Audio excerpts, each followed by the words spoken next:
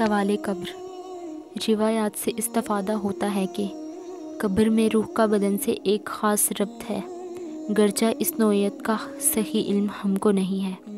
حضرت امام جعفر صادق علیہ السلام کا ارشاد ہے کہ جو کوئی سوال قبر کا انکار کرے وہ ہمارا شیعہ نہیں ہے۔ جس وقت مردے کو قبر میں لٹاتے ہیں، سوال کے کچھ فرشتے قبر میں آتے ہیں، اس کے دین، عقائد اور اعمال کے بارے میں سوال کرتے ہیں۔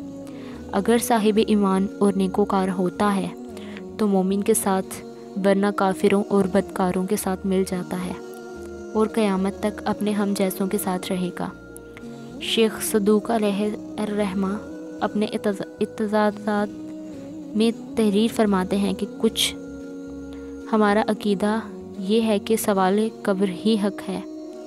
جو صحیح جواب دے گا اس کی قبر نعمتوں اور راحتوں سے بھر دی جائے گی اور قیامت میں جنت میں ایک جگہ ملے گی، اور جو صحیح جواب نہیں دے گا اس کی قبر عذاب کا مرکز ہوگی اور آخرت میں اس کا ٹھکانہ جہنم ہوگا۔ حضرت امام زین العابدین علیہ السلام ہر جمعہ کو مسجد نبوی میں لوگوں کو ان الفاظ سے نصیحت فرماتے تھے کہ اے لوگو، تقوی اور پرہیزگاری اختیار کرو، تمہاری بازگشت خدا کی طرف ہے۔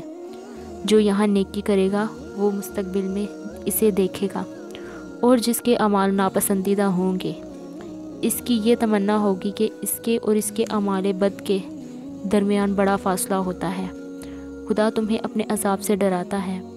افسوس اے فرزند آدم، تو کس قدر غافل ہے، لیکن تجھ سے یہ غفلت نہیں برتی جائے گی۔ موت سب سے پہلے تیری طرف آئے گی اور تجھے گرفتار کرے گی۔ گویا موت کا وقت آ پہنچتا ہے، موت کا فرشتہ تیرے سرہانے کھڑا ہے اور تمہاری روح تم سے واپس لے لے گا۔ تم قبر میں تنہا ہوگے، سوال کے فرشتے سوال کی خاطر تمہارے پاس آئیں گے اور یہ سوال کریں گے۔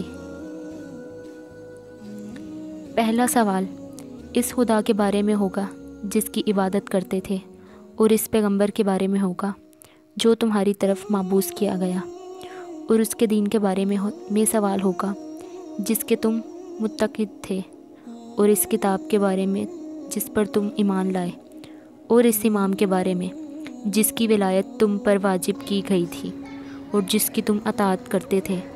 تمہاری عمر کے بارے میں سوال ہوگا، کہاں مصروف کی، مال و ثروت کے بارے میں پوچھا جائے گا، کہاں سے حاصل کیا اور کس جگہ خرچ کیا۔ بس ان سوالوں کے بارے میں اپنا محاسبہ کرو اور جواب کے لیے تیار رہو۔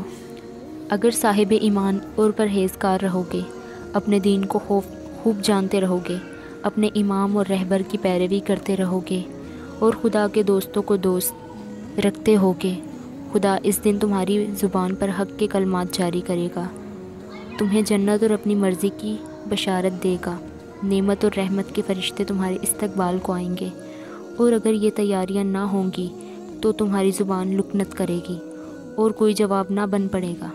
اس وقت تمہیں عذاب جہنم کی خبر دی جائے گی۔